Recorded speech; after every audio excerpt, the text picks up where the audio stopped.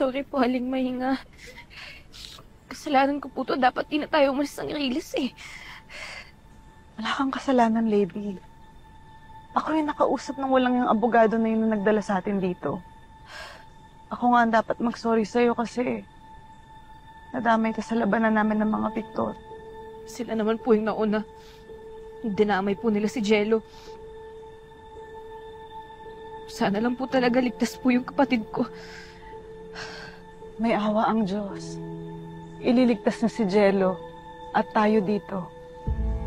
Naniniwala ako doon.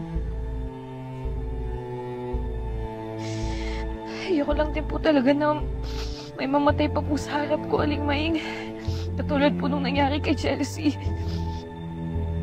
Kaya kayo po, huwag kayo mamamatay ah. Huwag ka nang umiyak, lady. Baka mamaya makasama sa'yo yan. Wala na rin naman po akong pakialam sa sarili ko eh. Hoy, Matos! Kung gusto mong ilabas yung galit mo sa akin, magawin! Wag sa kapatid ko! Huwag kay Aling Maying! Lady, tumahimik ka nga. Huwag ka magsalita ng ganyan. Tagal na rin naman po akong handang mamatay eh! Talaga? Ha? Matos! Parang awa mo niya! Shut up!